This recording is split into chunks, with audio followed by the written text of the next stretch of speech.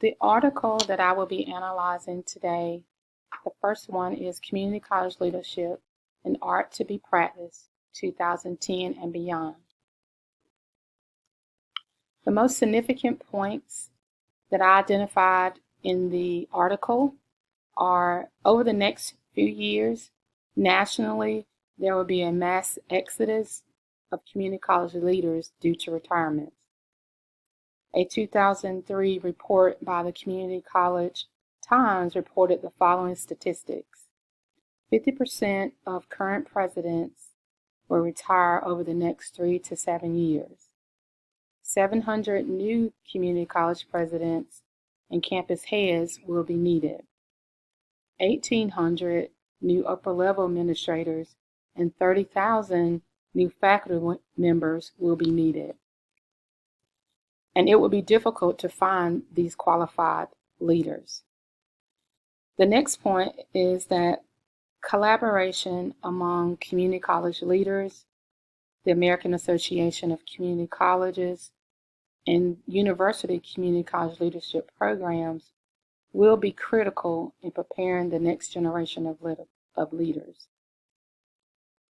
In order for leaders to be successful in the community college, the article talked about the importance of embracing the future while learning from the past, that self-evaluation, having values and a vision, preparing minorities and women for leadership positions, having a succession plan, consider faculty for leadership position, making connection with business and industry, developing education and training programs to prepare individuals for jobs in the future.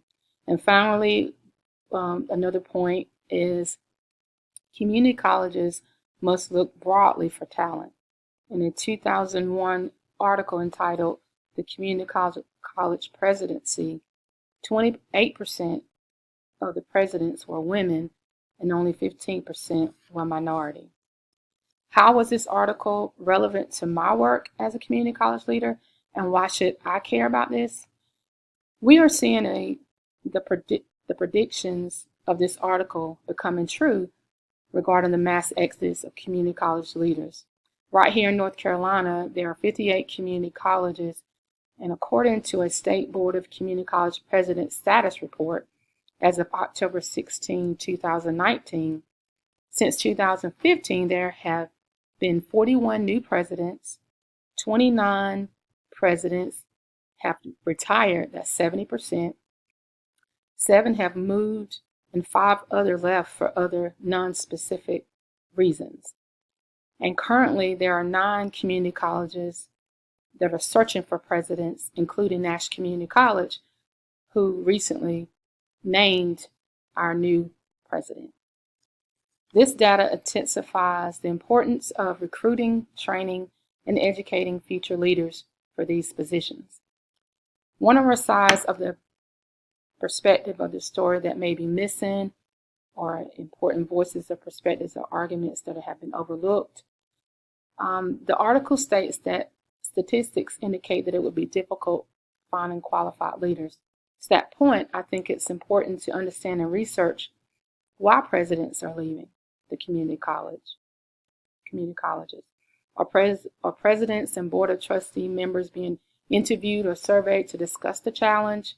In the State Board of Community College President Status Report, there were 12 presidents who moved or left for other reasons, and there are 9 community colleges currently searching. Other than retirement, why are these administrators leaving these positions? Are there traits and skills or competencies that are needed and they did not possess? So these are arguments or perspectives that I think are missing. The 2 discussion questions that 3 discussion questions that I have are: of the competencies listed by the American Association of Community College, which do you think are the top 3 critical skills community college leaders will need to be successful when they assume the administrative role, and why? And how can community college leaders, universities, programs, and the American Association of Community Colleges collaborate to meet the challenge of preparing the next generation of leaders. And finally, what are the factors that will determine if a president will be successful or not? The second article that I will be analyzing is in the middle career pathways of mid-level community college leaders. The most significant points that I thought were there is a high rate of turnover in leadership, especially senior level positions.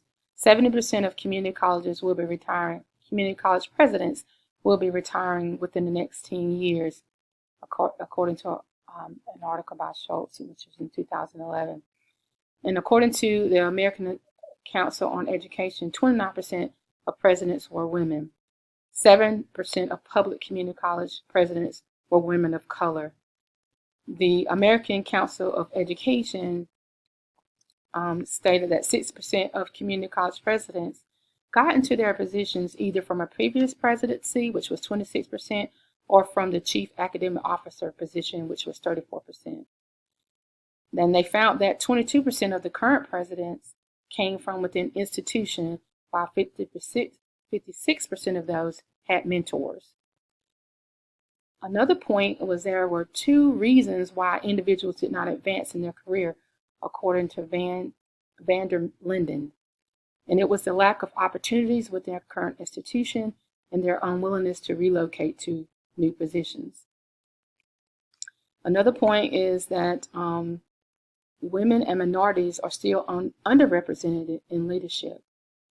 And it was noted that even though women moved faster up the ranks in comparison to men, there were no significant influences in the number of women becoming presidents. Gender expectations favor men in leadership, which may be a barrier for women who desire to advance. So in the findings in this article from research on career trajectory of mid-level academic levels disclosed that mid-level leaders were rooted in the classroom. The mid-level leaders did not plan to progress to their current positions, and they were satisfied in their current roles. They didn't receive any formal process in place. There's not been a formal process in place to mentor future leaders or professional development for current leaders on issues of administration and industry. And then the other point I would like to make is that accidental leaders are those leaders who are placed in their position and were not seeking a position of leadership, which show a lack of intentional planning to enter administration. How was this article relevant to my work as a community college leader? And why should I care? I can relate to becoming an accidental leader. As a community college mid-level leader, I came to the community college as a director. Over the years, I have been promoted to 3 administrative positions, of which I did not apply for. College administrators suggested or placed me in these positions. A mentoring program or leadership development plan would have eased my transition and given me an intentional plan for pursuing a VP or presidential position. So interestingly enough, women make up 76% of administration here at Nash Community College compared to 24% male. And 26% of the females here at Nash Community College are in administration. In administration are African American, and there is only 1 African American male in administration. What size or perspective of the story that might be missing? I've noticed in the research or the articles that I've read, the information for me that was missing was surveying deans and directors from the continuing education or workforce development side of the college to get their perspective on leadership role. So that was something for me that was missing. The discussion points that I have are what are the potential advantages and disadvantages of being an accidental leader? And how can community colleges offer career pathways to their current employees? If you were charged with developing a leadership academy for your community college to recruit potential leaders, who would you involve? What criteria would you use to attract leaders, future leaders to the academy, and what would the curriculum look like? And what are the risks of not having a leadership academy?